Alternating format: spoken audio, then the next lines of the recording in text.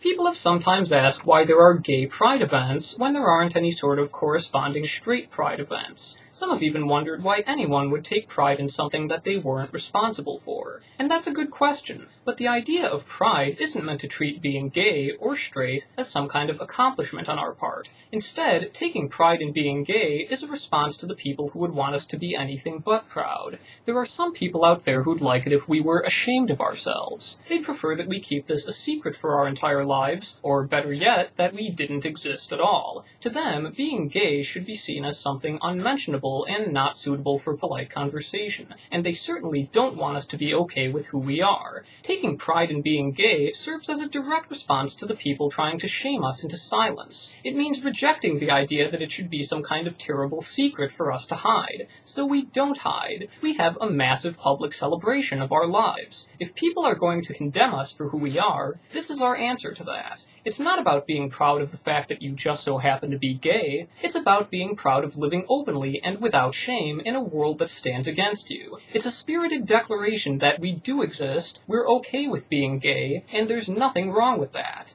So, why isn't there a straight pride parade? Well, are straight people faced with any kind of adversity on this scale simply due to the fact that they're straight? Do you see anyone trying to shame straight people for being straight? This just isn't an actual problem in our world. Straight relationships are accepted by everyone, everywhere, without question. Nobody objects to them just because they're straight, and nobody tries to take away their equal rights. This has never been something that straight people are faced with, and there isn't anything like this that they've had to overcome. They don't have to do anything to live openly without hiding who they are. Everyone assumes that they're straight anyway. For all of these reasons, the idea of straight pride is not so much an equal counterpart to gay pride, but really more of a failure to understand what gay pride means. And because of the sweeping differences in how gay people and straight people are regarded in society, it only serves to trivialize the very real issues that gay pride represents. The real straight pride parade is something that goes on every day. We just don't often notice it because it's practically everywhere. You can see it whenever people don't have that little expression of surprise when they find out someone is straight, and when they don't start acting differently around straight people once they know about it.